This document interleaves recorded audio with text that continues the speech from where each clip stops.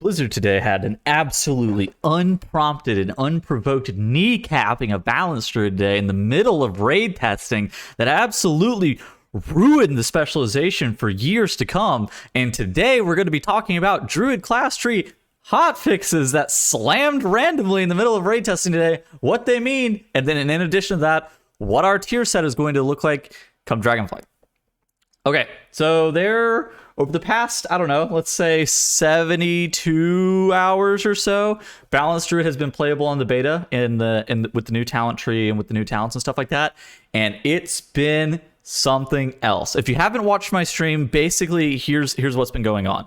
The spec does infinite damage. It's clearly not been tuned in any meaningful capacity, and there have been a lot of things that have been largely imbalanced. Chief among them has been Lunar Shrapnel.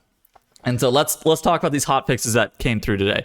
Lunar Shrapnel got redesigned, and so it's Starfall stars have a chance to deal 25% additional damage to nearby enemies when they damage an enemy affected by Moonfire, and it does reduce damage beyond 8 targets. Basically, what this implies is that it's like sort of an RPPM system, and this is going to be just some flavor text basically stating that Starfall does more damage. That's all that this is going to end up being. Lunar Shrapnel was doing something in the order of like 35 to 40% of your damage. It was a quadratic scaling talent. If you go back and look at the video, I called this out as a problem talent where it had the broken to useless pipeline, and it was going to either be broken or useless, and there's no in between. It was broken, and now it got changed to be, it's more balanced. It's more balanced, especially with it doing reduced damage beyond 8 targets. But overall, it's nothing special or nothing realistically to write home about anymore.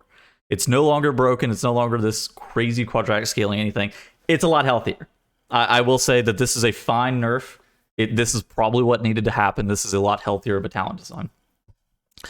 Sundered Firmament. Astral Power generation now correctly grants 25% of Fury of Elun's Astral Power generation. So Sundered Firmament is the talent where every other eclipse creates a Fury of Elun at 25% effectiveness that follows your current target for 8 seconds. It's what the current Balance Druid 2 set is, and so I'm really surprised that they are cutting the amount of Astral Power generated by Sundered Firmament. It makes sense. So with some of our generators and some of the abilities to cut down on costs of our spenders in the kit, particularly with like Elun's Guidance and Rattle the Stars, Sundered Firmament was a lot of Astral Power generation. You were doing things in logs. Like, I wish I had a log pulled up right now. You were doing things in logs like casting 15 Star Surges in a row or something like that, only stopping to realistically redot. And so cutting down on the Astral Power generation here, it makes sense. At the same point, it kind of makes me wonder if this Orbit Breaker is going to be nerfed to also be 80% of its Astral Power. So with Sundered Firmament, now you're getting 10 Astral Power from that Fury of Elun. I wonder if now the Orbit Breaker Moon is going to give you 80% Astral Power just to be consistent, because it says now correctly grants 25% of Fury of Elun's Astral Power generation. Which, I mean, it hasn't been like that. It wasn't like that with the tier set, but it's inconsistent with what exactly it means. And so I wonder if now this Moon is going to be kind of the same thing. I guess it reads as 25% effectiveness, whereas this reads as 80% power. So there could be just wordplay involved here, but overall, this is a pretty steep nerf to Sundered Firmament. It makes it, I guess, less valuable to take at the bottom of this tree, but I think overall this is probably a fine nerf. Stellar Flare no longer generates Astral Power when granted by Stellar Inspiration. I didn't know that it was generating Astral Power, so basically what this is Star Search has a 10% chance to apply Stellar Flare to the target, and so if it was applying or refreshing, apparently it was giving you 8 Astral Power, and so they didn't like that this interaction existed. I didn't even know this existed. I have not taken this talent. This talent is bad. Like, this is not a great talent, and so the amount of effective uptime that you would have on Stellar Flare on single target was not good, not even worth the point in Stellar Inspiration. And so I don't think that Stellar Inspiration is a particularly good talent, and I don't think that this change is doing it any favors, but this is probably fine. This seems just like a bug fix more than anything else. The chance for shooting stars to occur has been reduced. So it got buffed to 25%. Now it got reduced to 15. You were getting a lot of shooting stars procs, particularly on single target. And you were getting a lot of orbit breakers just as a result. I think that this is due to Solstice. I actually expected like Solstice to get nerfed, and I suspected that maybe orbit breaker was going to get hit. I didn't realistically expect them to kind of chop down the proc chance on shooting stars again.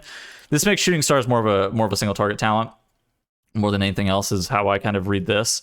Just them nerfing it back down to 15%. It also means that flare is even more important now to proc shooting stars to be a part of your astral power generation.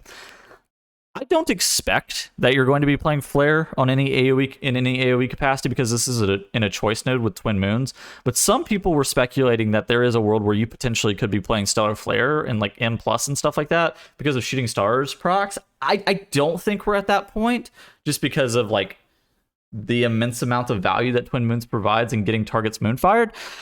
But it's something to definitely think about. That's just one of the downsides of like the shooting stars being reduced to 15% proc chance, is that now stellar flare just inherently has more value on AoE. Wild mushrooms no longer have nameplates, they're now untargetable. It's probably fine. I could see a world where I guess you were gonna like, you could wild charge to them or something like that. Maybe there was some gameplay for something cool, but like I don't think this does not need a nameplate, and this doesn't need to be targetable. Like that's weird. The mushrooms and fungal growth are kind of bugged right now. I don't really know what the deal is with both of them, but overall, I think that this talent is really cool. It's very fun. I'm interested to see like how it plays out once it's actually tuned and everything.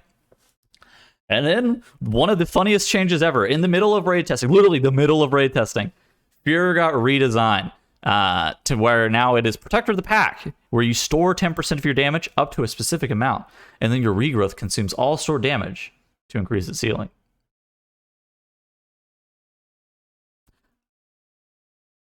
Sure. I don't know. It's fine. I think that this is more. I think that that's more or less a fine talent.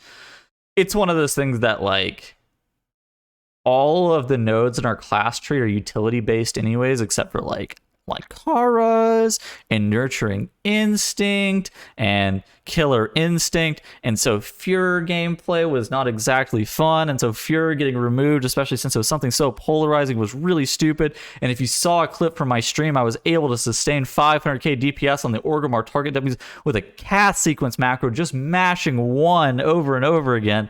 And so this is fine. Thank God they got rid of Fuhrer. I think that talent was overall not very healthy for the spec. Let's talk about other talent tree stuff and kind of what I expect to happen next. If I have to give my opinion, I suspect that Elun's Guidance and Rattle the Stars are probably both going to get hit. And what I mean whenever I say that is I think that Elun's got... if you've played Moonkin of the Beta, you already know this. And if you've seen my stream, you probably also already know this. But the amount of cost reduction that both Elun's Guidance and Rattle, when used in combination, the amount of cost reduction that both of these talents give you is particularly too high. And that's just the truth of the matter. In addition to that, how they interact with Pulsar, you know, it's really fun, and it's a really good synergistic combo. I love the play style. Something's got to change. I suspect that it's going to be Elun's Guidance and Rattle the Stars being the two things that are kind of hit first, taken down a little bit, and then we can kind of see where the spec is in regards to builder to spender ratio, and kind of how look at like address feel at that point. I kind of expect those two to be touched up a little bit, and then we look at it. And then if something is still wrong, maybe looking at Pulsar and just the general Incarn uptime, because there is something like way too strong about that right now. In addition to that, I suspect that the mastery coefficient is probably going to get nerfed. That's probably the only other like major thing, because Moonkin is doing too much damage right now, just over other classes, and that's I think largely to do with the mastery coefficient being too steep for balance, just as a general rule. And so I kind of suspect a good starting point for whenever, if Blizzard is watching this, a good starting point for nerfing balance would be a light touch on Elun's Guidance, a light touch on Rattle the Stars, and then nerfing the mastery coefficient, and then kind of seeing where we go from there. It may result into like Pulsar needs to be 400 astral power spent, grants you celestial alignment / Incarn for 12 seconds, and that may be the case as well. It may end up being something like that, but the the combo of Elun's Guidance plus Pulsar plus Rattle is too good. And so I would expect like this to be reduced by like Elun's Guidance. I wouldn't be shocked if it got cut in like half even. I don't want to throw like numbers out and projections like that, but I wouldn't be shocked if it got cut in like half. The spec feels fun. That's what I will say about it right now. Is the spec feels great. I'm really having a lot of fun, and I think that they did a lot of great things with the Balance Druid redesign. So now let's talk about the tier set, because we also have a tier set today, and I'm gonna say it. It's plain. It's very bland, but it's a functional tier set. I think that it's something that is totally fine. We're not locked into any specific build with this kind of tier set or anything like that. So let's read what it is. Star Surge and Starfall increase the next damage of your Wrath or Starfire by 50%, stacking up to 3 times. Hear me out. So we're not casting a lot of Wraths or Starfires right now. And so if/when Rattle and Elun's Guidance get kind of touched up, you're going to be casting fillers a lot more regularly. That means that you are going to be making sure that you are casting Wrath or Starfire. This is probably fine. Like this is a very plain tier set. It just increases the damage of your builders by a little bit. It incentivizes you to cast your builders more frequently, which, you know, it's whatever. But you don't have to cast them all the time or anything like that. Like you're gonna be at 0 more often than not. It's going to de-incentivize you from casting Star Surge 4 times in a row, which I guess could get like weird in the opener, where you end up going like Incarn, Surge, Wrath Surge, Wrath Surge, Wrath Surge. But like if Elun's Guidance gets like hit a little bit and Rattle gets hit a little bit, you're probably going to be fine here. 4-step bonus is whenever you enter Eclipse, your next Star Surge or Starfall costs no astral power and it deals 50% increased damage. So honestly, they could probably remove Star Surge from this and it's basically the same thing. It's going to be free Starfall. You're getting free 50 astral power to press Starfall with. Like, you're never going to use that on Star Surge because Star Surge is only 30% astral power. Like, you're almost always going to use this on Starfall, especially since the tree has a decent number of like Starfall modifiers. Say you're playing like Ethereal Kindling or something like that, you're always going to press it on Starfall there.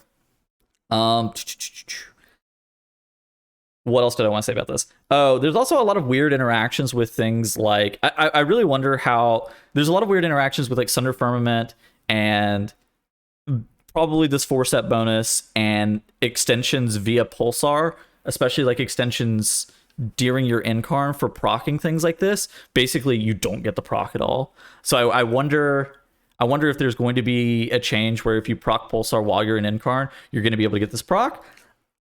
I suspect the answer is probably going to be no. But at the same point, I mean, this just means we are living in another Pulsar world where you're able to proc Eclipses more frequently because, you end up getting that double proc. And so you're able to cut your Eclipse cycle shorter, getting more value out of your 4-set.